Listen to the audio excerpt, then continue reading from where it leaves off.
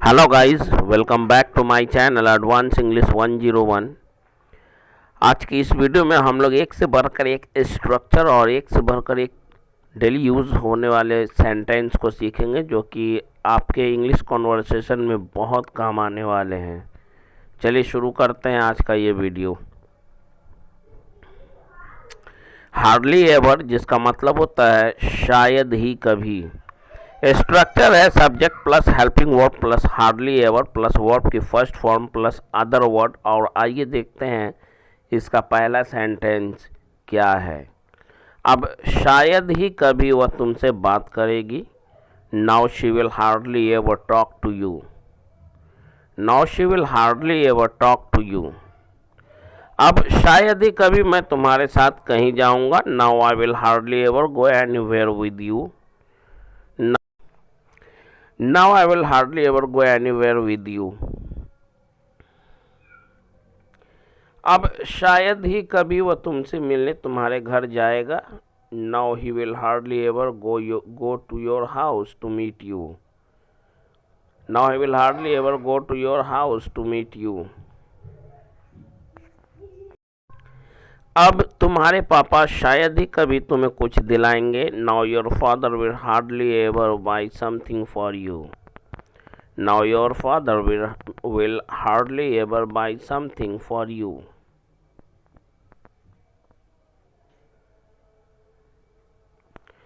अब शायद ही कभी तुम्हारी पत्नी तुम्हारे घर वापस आएगी।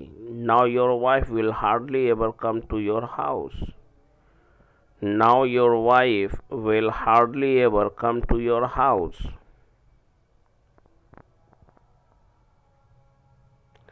अब शायद ही कभी वह तुमसे हिंदी में बात करेगी। Now she will hardly ever talk to you in Hindi. Now she will hardly ever talk to you in Hindi.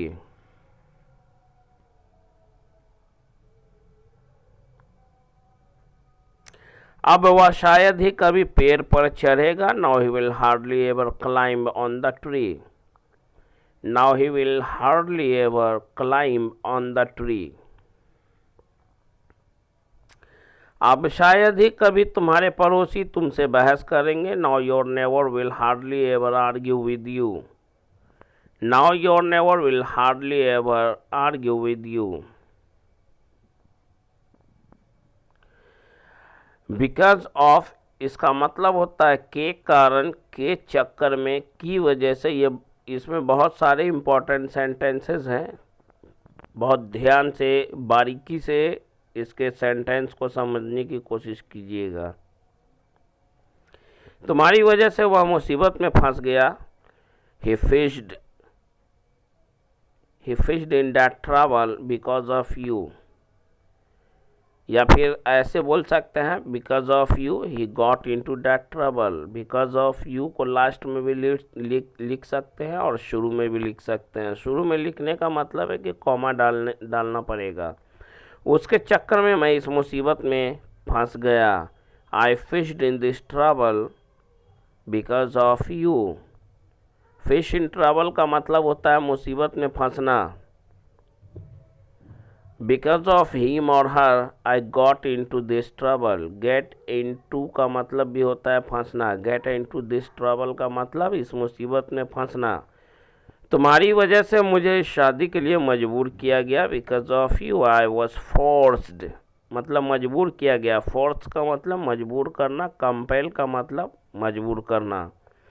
आज मेरे माता पिता द्वारा सिखाए गए अच्छे संस्कार की वजह से समाज में लोग मेरा सम्मान करते हैं। Because of good manners taught by my parents today people respect me in the society. अच्छे शिक्षकों की वजह से आज आप धारा प्रवाह अंग्रेजी बोलने लायक बन पाए हैं। बिकॉज ऑफ गुड और वेल एक्सपीरियंस्ड टीचर, या गुड टीचर्स भी बोल सकते हैं, वेल एक्सपीरियंस टीचर्स भी बोल सकते हैं। Today you have become able to speak fluent English. आप फ्लुएंट इंग्लिश बोलने लायक बन गए हैं। एंड वन डे, और एक दिन, I also want to see all my viewers, और एक दिन मैं भी अपने व्यूअर्स को देखना चाहता हूँ। ऑफ यूट्यूब चैनल, अपने यूट्यूब चैनल के व्यूअर्स को देखना चाहता हूँ स्पीकिंग बोलते हुए फ्लुएंट इंग्लिश लाइक दिस। इस तरह से फ्लुएंट इंग्लिश बोलते हुए अपने यूट्यूब चैनल के व्यूअर्स को भी देखना चाहता हूँ। अच्छे और मेहनती स्टूडेंट्स की वजह से कुछ शिक्षकों को उनके पढ़ाने की कला के लिए राज्य सरकार द्वारा उन्हें सम्मानित भी किया जाता है। Because of good and hard-working students, some teachers are also awarded by the state government for their art of teaching, उनके पढ़ाने की कला के लिए which boost their morale, जो उनकी हौसला को बढ़ाता है। Because of good and hard-working students, some teachers are also awarded by the state government to boost up their morale. Riff raff इसका मतलब होता है ऐसा वैसा या ऐसी वैसी या ऐरा गैरा या ऐरी गैरी। वह ऐसा वैसा लड़का नहीं है या वह ऐरा गैरा लड़का नहीं है। He is not a riff raff boy, या ऐसे भी बोल सकते हैं he is not that kind of boy. पहले हम लोग डैट काइंड ऑफ का यूज़ करते थे, लेकिन अभी एडवांस में रिफ रैफ आ गया है। वह ऐसी वैसी लड़की नहीं है। She is not riff raff girl, और you can say she is not that kind of girl. यह स्कूल कोई ऐसा वैसा स्कूल नहीं है। This school is not a riff raff school because क्योंकि चिल्ड्रेन और स्टूडेंट्स यानी बच्चे या छात्र कुछ भी बोल सकते हैं are not allowed to talk in Hindi. Hindi में बात करने की इजाज़त नहीं है। किसको? बच्चों को। बच्चा मतलब छात्रों को। हेयर यहाँ हिंदी में बात करने की इजाज़त नहीं है। फ्रॉम द वेरी बिगिनिंग, शुरुआत से ही बच्चों को यहाँ बोलने की इजाज़त, हिंदी बोलने की इजाज़त नहीं होती है। Once again, your brother is not a riff raff man. तुम्हारा भाई कोई ऐरा गैरा इंसान नहीं है। He is a responsible person, वह एक जिम्मेदार आदमी है। बिकॉज क्योंकि ही नोज़ वेरी वेल, बहुत अच्छी तरह से जानता है to take care of his family, अपने परिवार की देखभाल करना बहुत अच्छी तरह से जानता है। उस सेंस को समझ के सेंटेंस बनाना सीखें, क्योंकि everything can not be translated word to word. हर चीज़ को ट्रांसलेट नहीं किया जा सकता है। Everything can not be translated word to word.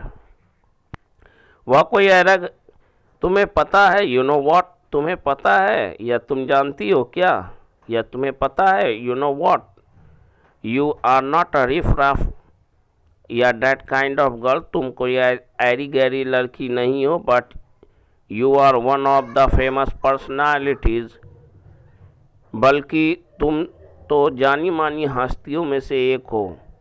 Great famous personalities का मतलब होता है जानी मानी हस्तियाँ। आई विश आई हैड, ये बहुत जानलेवा चीज़ होता है, इसको समझना ज़रूरी है, इसलिए मैंने लिख भी दिया है।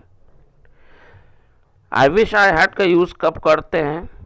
जब भी प्रेजेंट और फ्यूचर टाइम में, पास्ट की बात नहीं हो रही है यहाँ पे, ध्यान रखेंगे। प्रेजेंट और फ्यूचर टाइम में कुछ होने की कल्पना करते हुए कुछ पास होने की बात आदमी सोचता है या करता है, तब इसका यूज़ करते हैं। काश मेरे पास एक कार होता, I wish I had a car. काश मेरे पास एक नया मोबाइल होता, I wish I had a new mobile. मैं पास्ट की बात नहीं कर रहा हूँ, मैं अभी प्रेजेंट टाइम की और आने वाले कल की बात कर रहा हूँ। काश मेरा एक भाई होता, I wish I had a brother.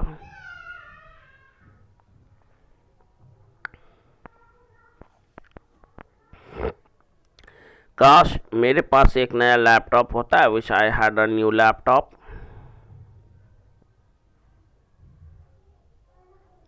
I wish I had a new laptop. काश मेरे पास एक दोस्त होता, I wish I had a friend. I wish I had a friend.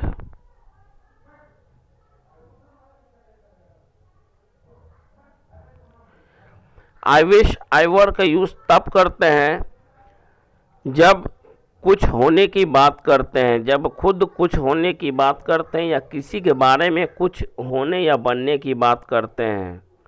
I wish I were A plus noun. एक बात का ध्यान रखें कि सब्जेक्ट चाहे सिंगुलर हो या प्लूरल, सब्जेक्ट के साथ हर हाल में वर का ही यूज़ करेंगे। ध्यान रखेंगे सब्जेक्ट हमारा कुछ भी रहे, वर हमारा अनचेंजेबल है। यहाँ वर चेंज नहीं होगा। काश मैं एक पक्षी होता, I wish I were a bird. काश तुम एक डॉक्टर होते, आई wish you were a doctor.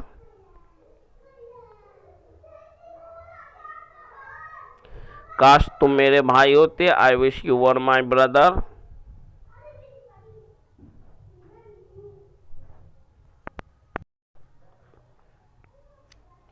काश तुम मेरे भाई होते, आई wish you were my brother. काश तुम एक शिक्षक होते, आई wish you were a teacher. I wish you were a teacher.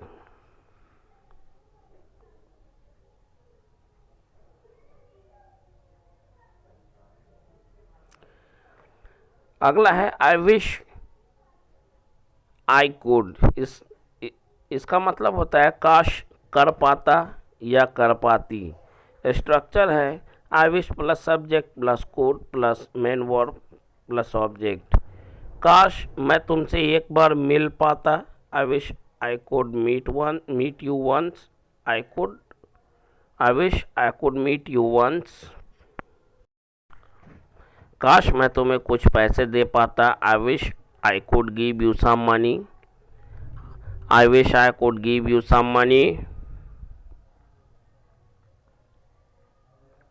काश मैं तुमसे दोस्ती कर पाता, I wish I could make a friendship with you.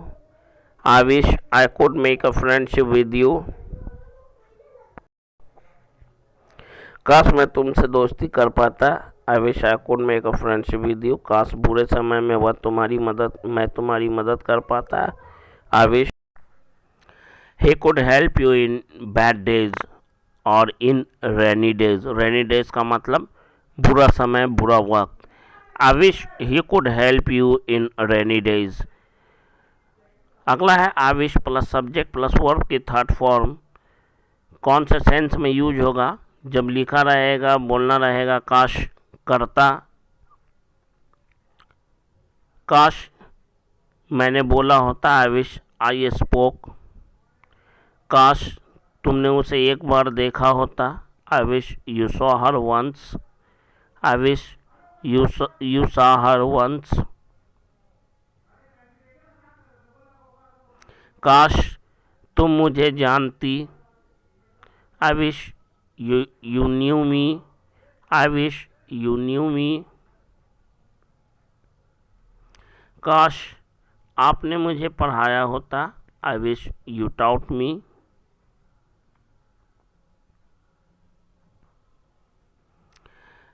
अगला है I wish plus subject plus had plus verb की थर्ड फॉर्म। काश किया होता के सेंस में इसका यूज होगा पास्ट के बातों के लिए अफसोस करते हुए, जो बीते हुए समय में किसी काम को याद करते हुए जो काम नहीं हो सका। काश मैंने तुम्हें एक बार देख लिया होता, I wish I had seen you once. काश मैंने तुम्हारी मदद कर दी होती, I wish I had helped you. I wish I had helped you. काश मैंने उसके साथ क्रिसमस डे मना लिया होता, I wish I had celebrated Christmas day with her. I wish I had celebrated Christmas day with her. काश मैंने बहुत पहले ही अंग्रेजी बोलना सीख लिया होता, I wish I had learned to speak English much earlier. I wish I had learn to speak English much earlier.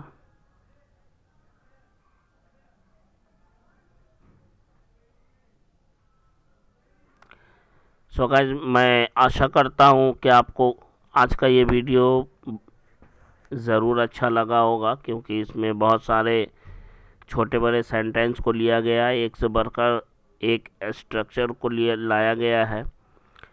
इस वीडियो से आपको बहुत कुछ सीखने को मिला है। अगर ऐसा हुआ है, ऐसा है तो प्लीज़ हमारे चैनल को लाइक करें, शेयर करें और सब्सक्राइब